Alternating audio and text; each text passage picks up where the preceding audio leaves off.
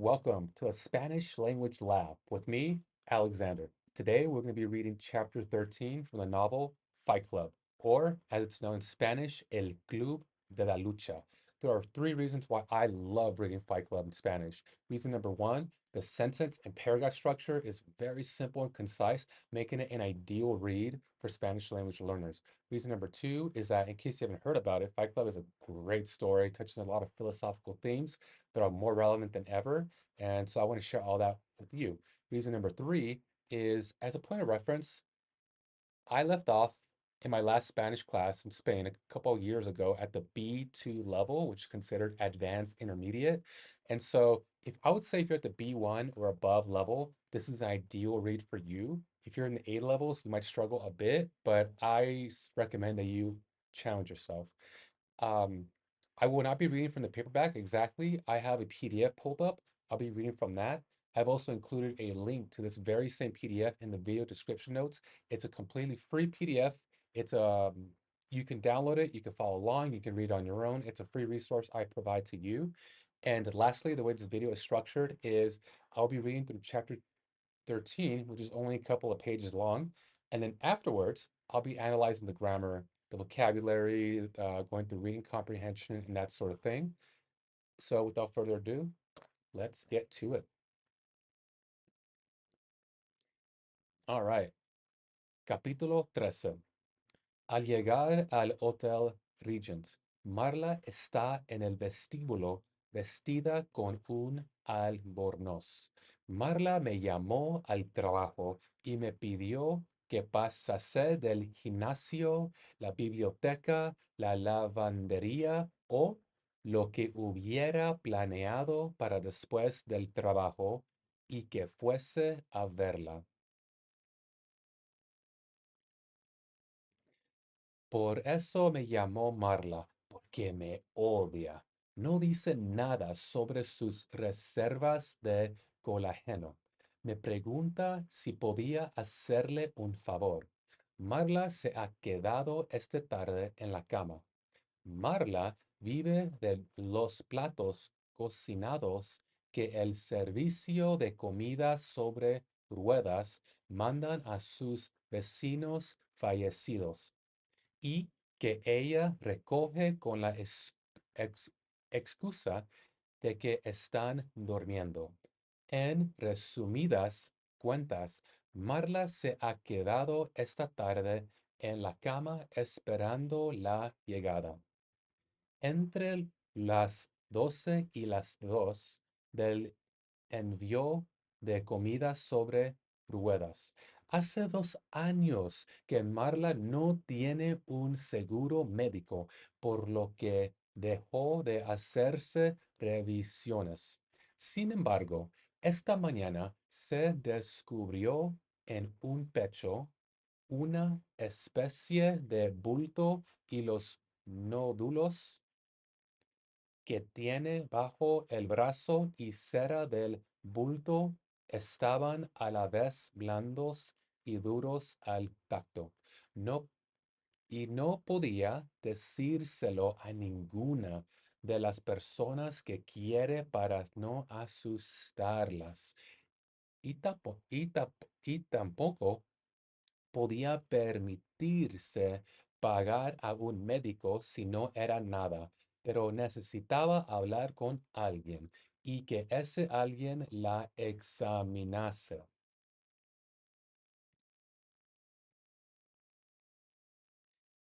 El color de los ojos castaños de Marla es como el de un animal al que hubieran metido en un horno y luego sumergido en agua fría. Se llama volcanización, galvanización o temple.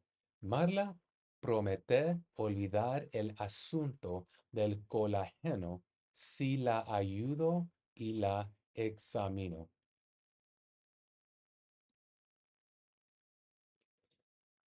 Me figuro que no llama a Tyler porque no quiere asustarlo. A su entender, yo soy neutral. Se lo agrandezco. Subimos a su habitación y Marla me cuenta que en el naturaleza no se ven animales viejos porque mueren tan pronto como envejecen. Si enferman o pierden rapidez, los mata un animal más fuerte. Los animales no están hechos para llegar a viejos. Marla se echa en la cama, se desata el cinturón del albornoz y me dice que nuestra civilización ha convertido la muerte en algo negativo. Los animales viejos deberían ser una excepción antinatural. Monstruos. Marla está fría y suda mientras le cuento que en la universidad una vez tuve una verruga en el pene, aunque digo polla. Fui a la facultad de medicina a que me la quitaran la verruga. Después se lo conté a mi padre. Eso fue años más tarde y mi papá se rió y me dijo que era tonto porque verrugas como esas son un regalo de la naturaleza. Las mujeres las adoran y Dios me había hecho un favor. Me arrodilló junto a la cama de Marla con las manos aún frías de la calle. Palpó poco a poco la piel fría de Marla. Pellizco un poco de la piel de Marla cada varios centímetros. Marla me dice que esas verrugas, ese regalo de Dios, provocan a las mujeres cáncer en el cuello del útero.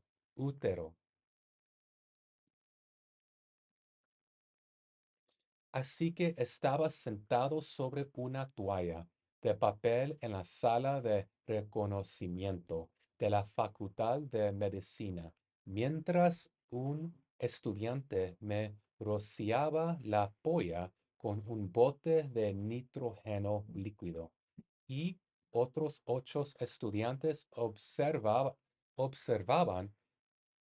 Es allí donde acabas si no tienes seguro médico, solo que no la llaman polla, sino pene, y la llames como la llames.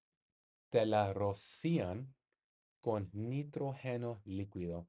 Si te la quemaran, si te la quemaran con lejía, dolería igual.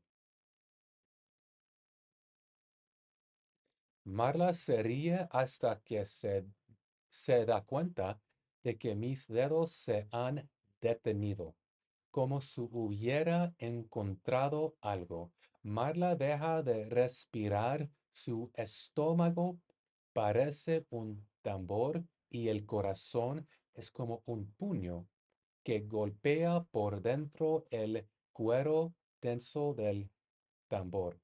Pero no, si me detengo es porque estoy hablando y porque por un instante ningún de los dos estaba en el dormitorio de Marla. Estábamos en la Facultad de Medicina años atrás y yo sentado sobre un papel pegajoso y con la polla arrendiéndome por el nitrógeno líquido, hasta que, hasta que uno de los estudiantes vio mis pies descalzos y abandonó la habitación en 2 zancadas. El estudiante volvió precedido por 3 médicos de verdad, que de un codazo echaron a un lado al tío del bote de nitrógeno líquido.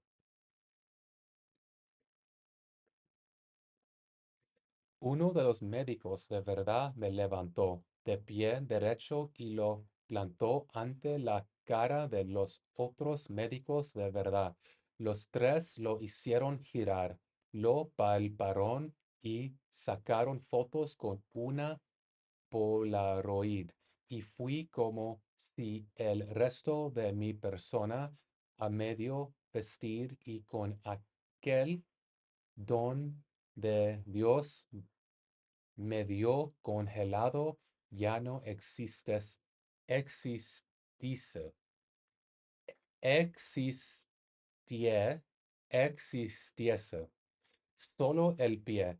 El resto de los estudiantes se empujaba para poder mirar. We are halfway through. ¿Cuánto hace que tiene esa mancha roja en el piel? Me preguntó uno de los médicos. El médico se refería a mi marca de nacimiento.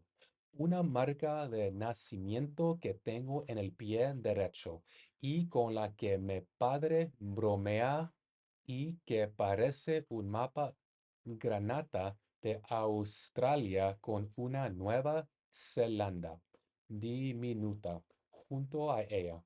Esto es lo que les dije y las cosas se aclararon, aclararon, aclararon. Mi polla se estaba derritiendo.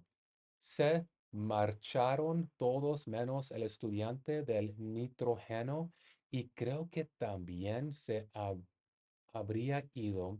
Estaba tan decepcionado que no me miró a los ojos mientras cogía el glande y lo estiraba hacia él. Volvió a rociar lo que quedaba de la verruga con el pulverizador.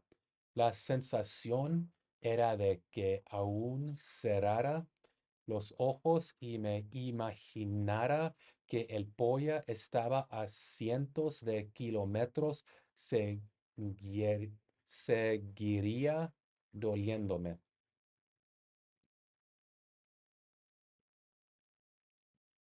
Marla me mira la mano y ve la cicatriz del beso de Tyler. Le dije al estudiante de medicina que no deberían de ver muchas marcas de nacimiento. No era eso. El estudiante me dijo que todos creían que la marca de nacimiento era un cáncer. Había una nueva clase de cáncer que padecían los hombres jóvenes. Se despertaban con un punto rojo en los pies y o en los tobillos. Los puntos no desaparecen, se extienden hasta cubierta y te matan. El estudiante me dijo que los médicos y el resto de estudiantes estaban tan emocionados porque pensaban que tenía ese nuevo cáncer. Muy pocas personas lo tenían, aunque se iba extendiendo. Esto fue hace muchos, muchos años.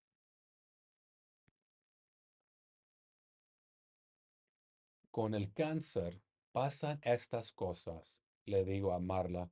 Cometen errores y tal vez la clave sea no olvidarse del resto de uno mismo cuando a alguna parte enferma. Es posible, dice Marla. El estudiante del nitrógeno líquido terminó la faena y me dijo que la verruga se caería en un par de días.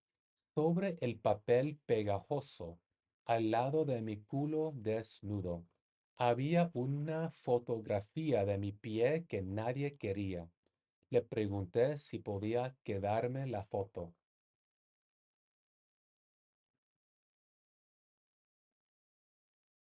Aún conservo la fotografía a mi habitación en una esquina del marco del espejo.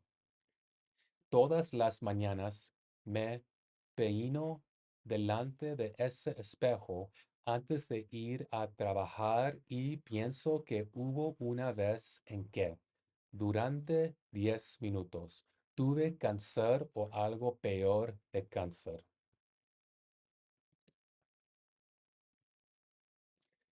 Le digo a Marla que este era el primer año en que el Día de Acción de Gracias, mi abuelo y yo no íbamos a pintar, a patinar, aunque el hielo tenía un espesor casi de 15 centímetros.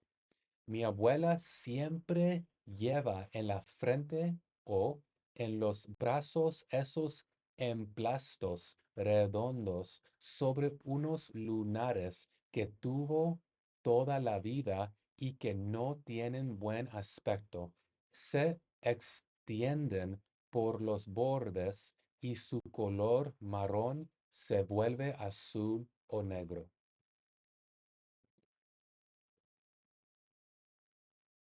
Cuando mi abuela salió del hospital la última vez, mi abuelo le llevaba la maleta y era tan pesada que se quejaba y que se sentía desequilibrado. Mi abuela era una mujer franco canadiense, tan rectada que nunca se había puesto un traje de baño en público y siempre dejaba abierto el grifo del lavabo para disimular cualquier ruido que pudiera hacer en el cuarto de baño. Al salir del hospital de Nuestra Señora de Lourdes. Después de una mastectomía, parecía ella le dijo, ¿tú te sientes se- des- desequilibri- desequilibrado?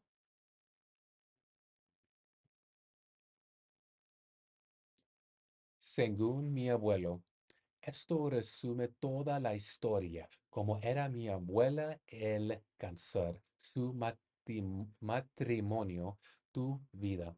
Se siempre que cuenta esa historia. Marla no se ríe. Quiero hacerla reír, animarla, que que me perdone lo del colágeno. Quiero decirle a Marla que no he encontrado nada. Si descubrió algo esta mañana, estaba equivocada. Una marca de nacimiento.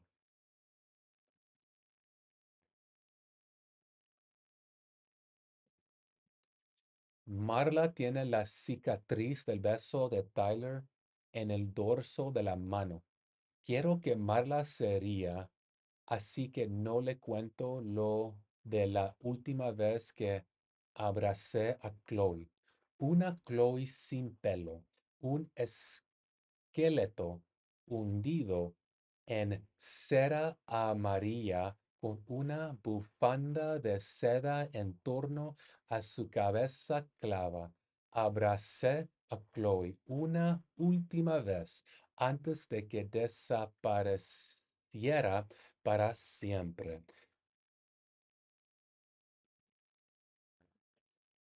Le dije que parecía un pirata y se rió. Cuando voy a la playa siempre me siento con el piel derecho. Australia y Nueva Zelanda. Oculto bajo la otra pierna o, o, o enterrado en la arena.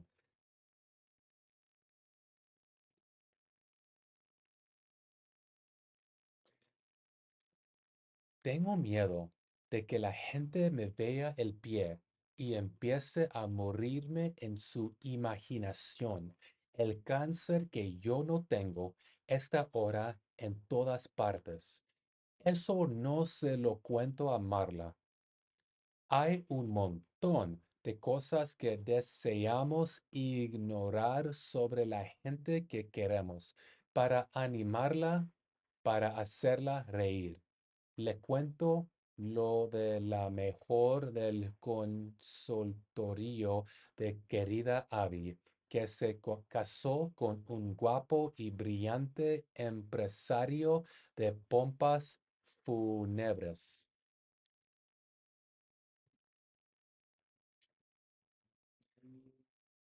En su noche de bodas, la obligó a meterse en una bañera de agua helada hasta que hasta que la piel parecía hielo al tacto, y entonces la hizo echarse en la cama y quedarse completamente quieta mientras poseía su cuerpo inerte y frío. Okay, that's an interesting kink. Lo gracioso es que la mujer lo aguantó de recién casada y siguió soportándolo los 10 años siguientes de matrimonio. Y ahora había escrito a qui- querida Abby para preguntarle a Abby si creía que aquello tenía importancia.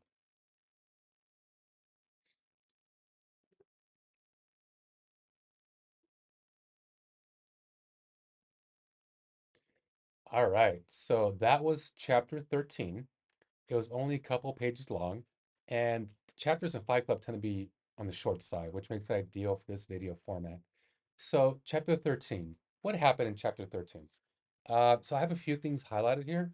So, fuese popped out to me because that is a, I believe it is a subjunctive form of the word ir, to go. And there's a get here. So in a subjunctive, the get is often serves as a trigger. So I want to analyze this sentence. So after having arrived at the hotel, Marla tells, Mara's in a vestida, vestida. I don't know what that is. Is that a dress? I don't know what that is. So Marla me llamó. So Marla calls him a character at work and asks him to skip the gym, skip this, skip that, skip your plans after work, and come see me. So this sentence, I think, if I were to break down the grammar, I would say it's this interesting. Who's the subject in the first part? Um, oh, here's another subjunctive.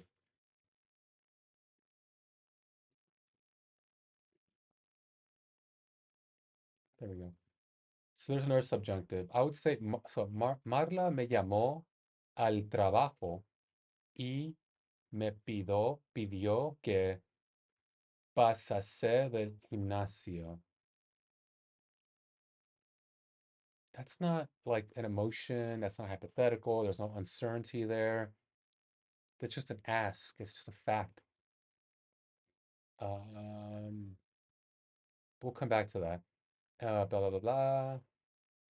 And then here's another I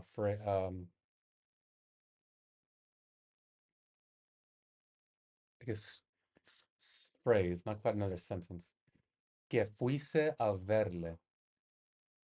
So I remember in Spanish class or time, like, well, sometimes if you throw the que in there and it's followed by a subjunctive verb, the first part of that sentence, like me alegro que fuise a verla, so the initial subject with the verb, it's omitted, but it's implied, its existence is implied. So I could say me alegro que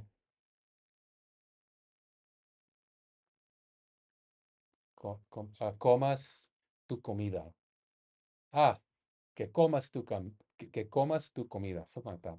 So what I want to do here is I want to take this entire sentence, right, starting from here, and we're gonna go to chat Chapeto, and I'm going to say two things. Translate this sentence to English and explain why there are subjunctive verbs present. Explain why it makes grammatical sense to conjugate those verbs in the subjunctive mood.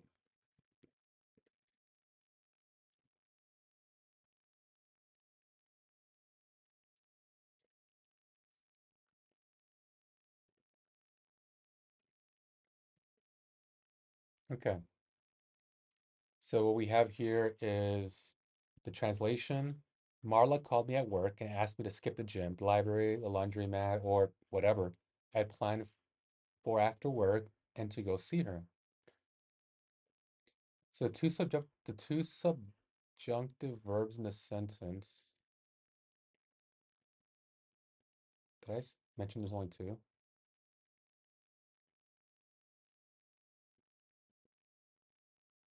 Are pasase and fuise. But then why does it have hubiera planeado? Okay. Me pidió que pasase del gimnasio. She asked me to skip the gym. The trigger is me pidió que. She asked me to.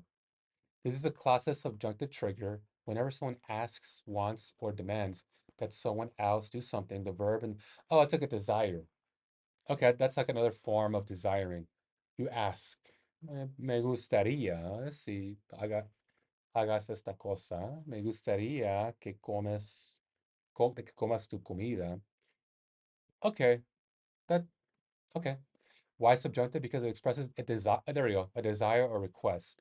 I wasn't a request. I wasn't familiar with that, but desire is classic subjunctive. Not a certainty or factual event. It's not she skipped or I skipped. It's she wanted me to skip. It's a desire.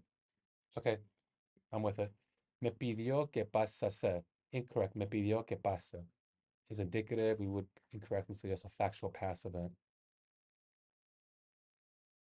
I'm with it. Two. O lo que hubiera planeado para después del trabajo, or whatever I planned for after work. Trigger. Lo que in a vague, hypothetical, or unknown context. The speaker isn't referring to a specific known plan. They're saying whatever I might have planned. So it's indefinite, unknown. Whatever, mm, huh? Lo que hubiera planeado. That would mean a specific known plan. Well, lo que había planeado. That would be a specific plan. That of which I had planned. It's very certain. This sounds certain. So much confidence in it. But when you say lo que hubiera planeado, whatever I might have planned is unknown. There's uncertainty. Oh, my light just went out. Um,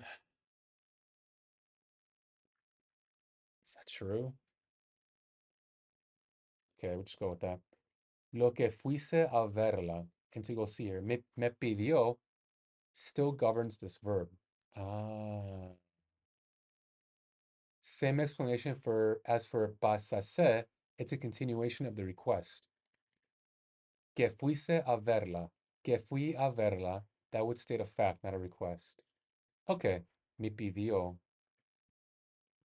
right? Me pidió. That's an ask. That's a request.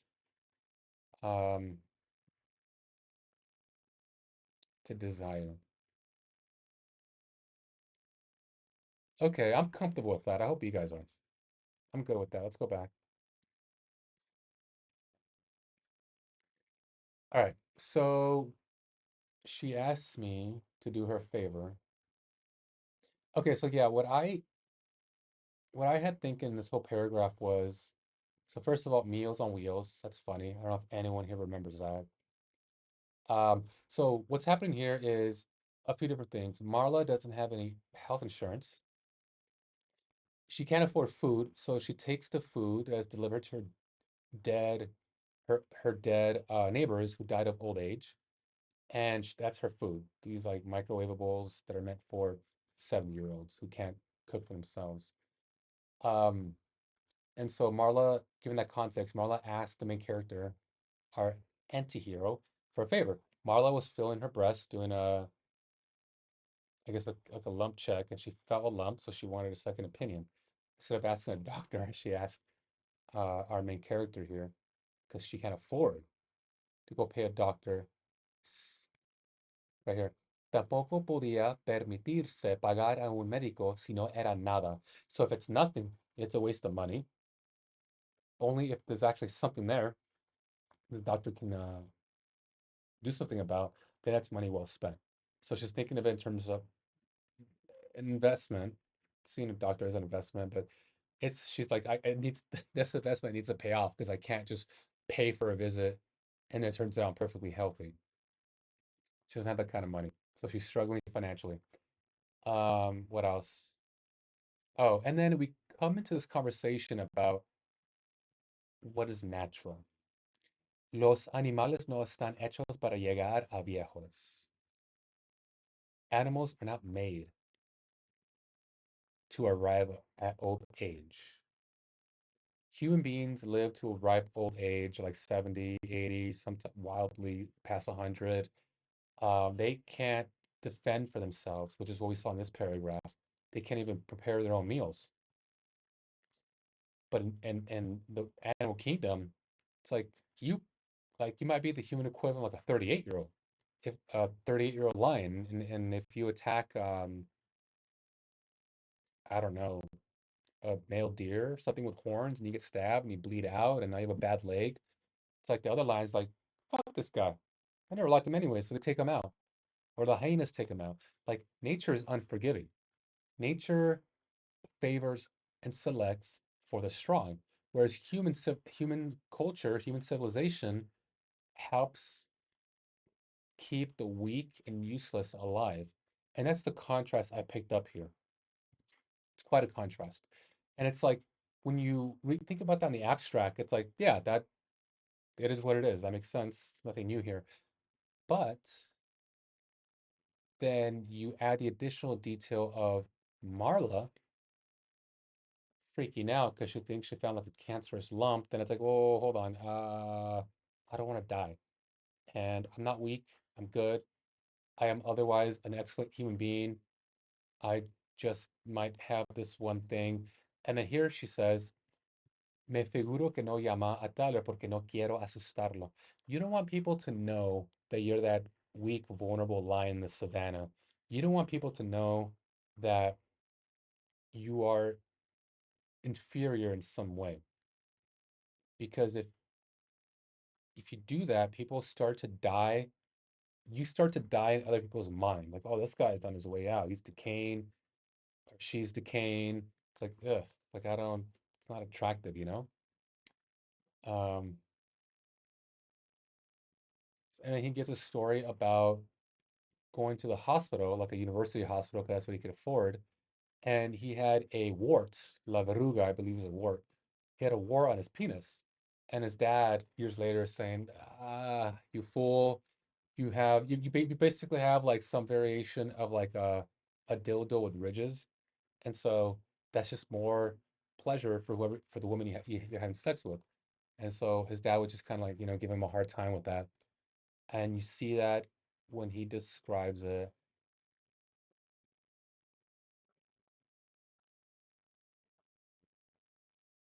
Bromear was the word.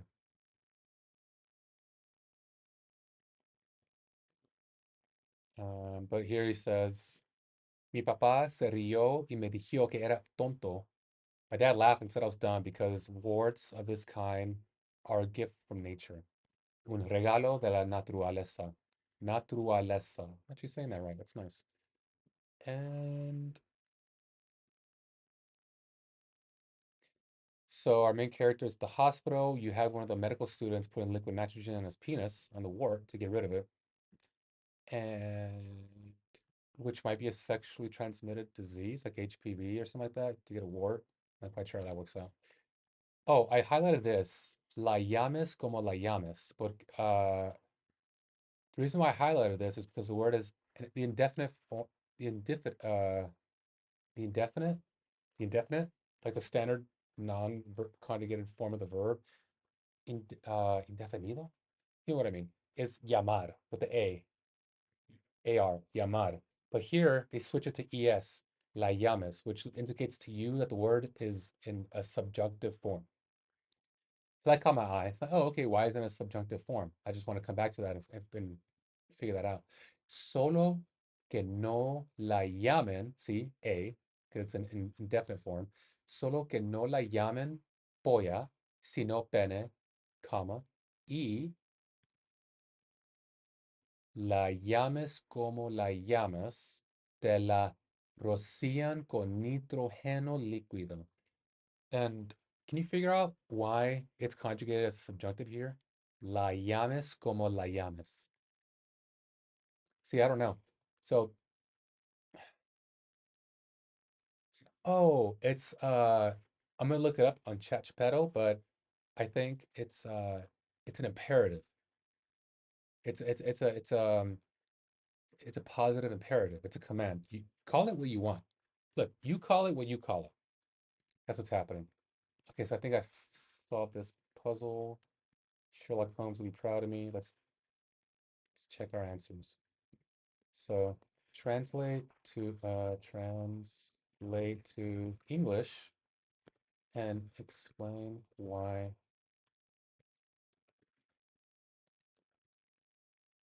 llamar is conjugated in the subjunctive form. Only they don't call it boya, but bene, and whatever you call it, they spray it with liquid nitrogen.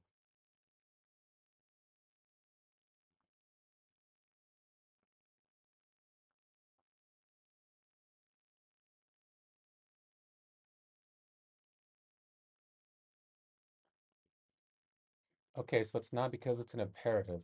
I misunderstood the phrase. This is an idiomatic construction in Spanish. It's similar to saying however you may call it or whatever you call it. It's a set expression that uses subjunctive to refer to an indefinite or variable situation, something that depends on the speaker or is subjective. Why subjunctive? When a phrase refers to any possibility or an unidentified option, it triggers a subjunctive. In this case, the idea is no matter what name you use, which is hypothetical or variable, not factual. So there's uncertainty there. La llames como la llames, no matter what you call it. Hmm. Compared to similar constructions, all subjunctive. Dígalo como lo diga. Say it however you say it. Viéstete como te viestas, however you dress. Llámala como la llames. Oh, it's regular and then subjunctive. I initially thought the reason was that the phrase was uh, in the imperative form, giving a command, and that's why the subjunctive was used. Am I totally wrong? You're not totally wrong. Your intuition is touching something real. It's break. Okay. The subjunctive is not used here because it's an imperative, if I'm wrong. But the imperative mood and the subjunctive mood are closely connected, especially in second person commands. Llamas is subjunctive because it's a part of a command. Tú llamas, or tú llámalo. That's not quite it. That logic works in some cases. Imperative command for tú negative. These use subjunctives.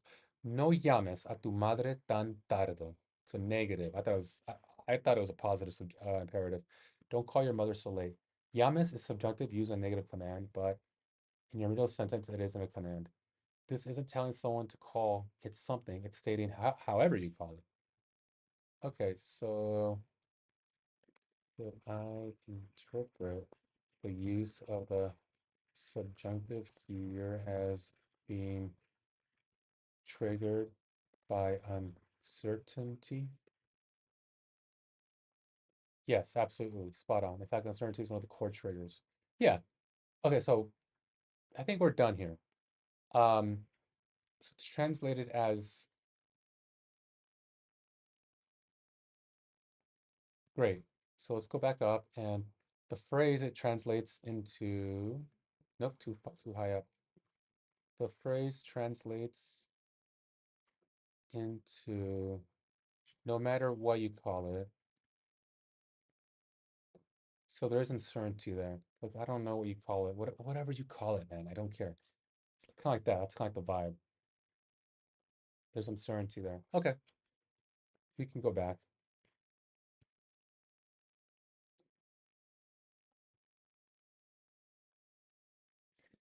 All right. So the next thing I want to point out is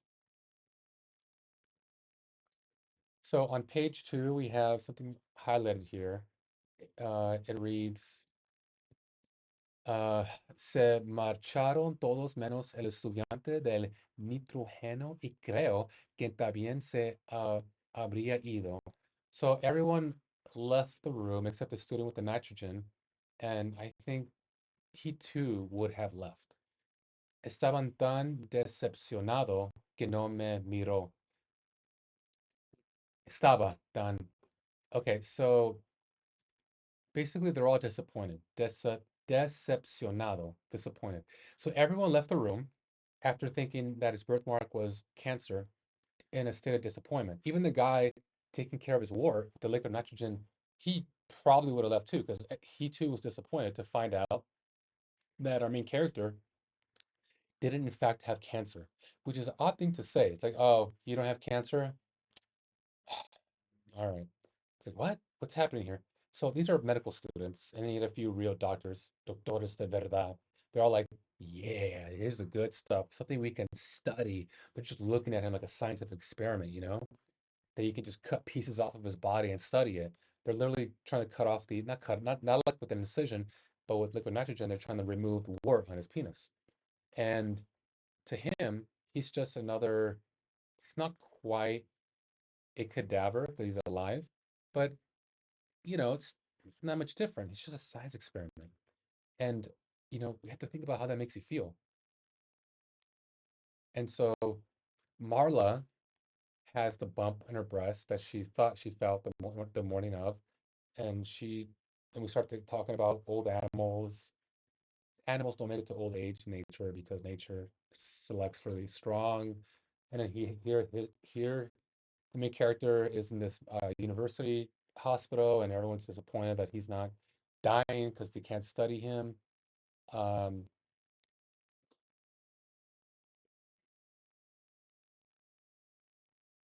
and whenever he's at the beach, he hides his foot in the sand right here.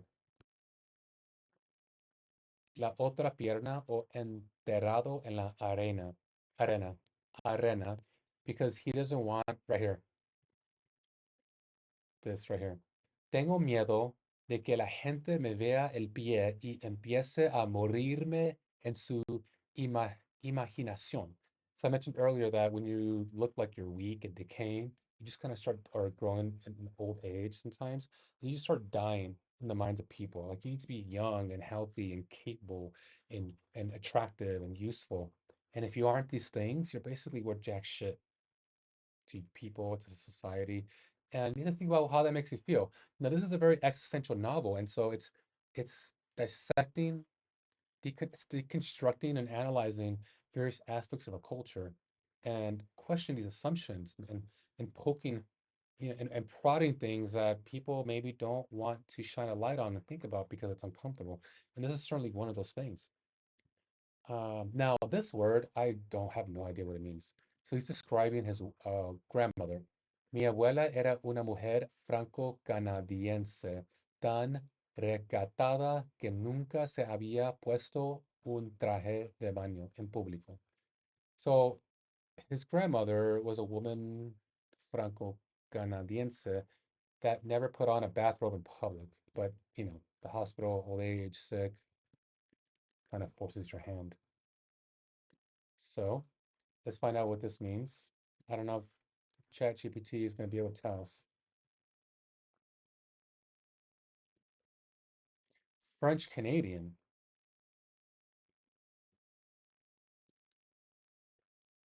canadiense. Interesting. Let's ask Geppetto about this sentence.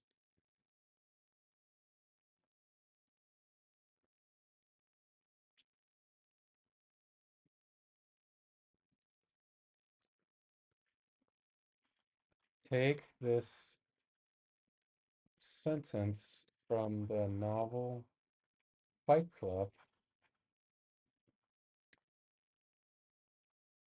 and translate it to English and explain why the main character feels the need to refer to his grandmother as a French Canadian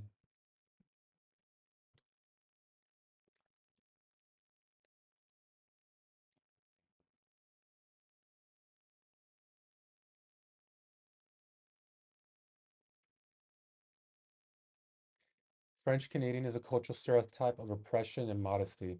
French Canadian is likely being used to evoke a stereotype, not of the modern Quebecois, but of a traditional Catholic rural immigrant culture, especially as seen from the American point of view.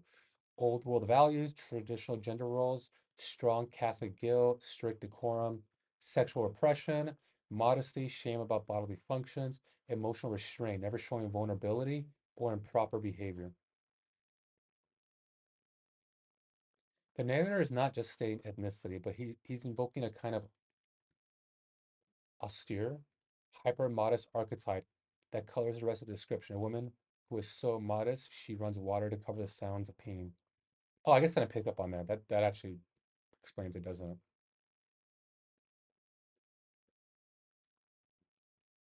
The narrative Fight Club is consumed with character background through cultural shorthand, the clash between raw instinct and civilized norms.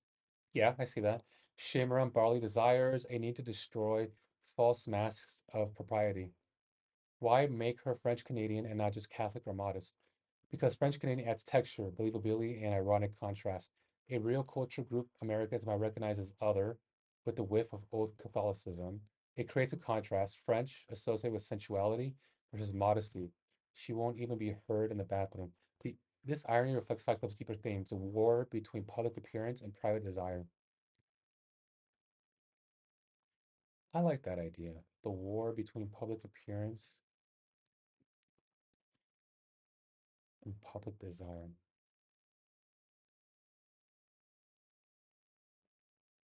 I like that idea. I might make a video about that on one of my other channels. Okay, so let's go back. And that's it. That's all I want to say about this. So that's it. We took a look at a few questions of grammar, specifically with the subjunctive. So that's really where my questions of grammar are going to be. So as I mentioned before, I left off with the B2 level. So oftentimes with the imperfect subjunctive, that's really what catches my eye, and I tend to investigate that further.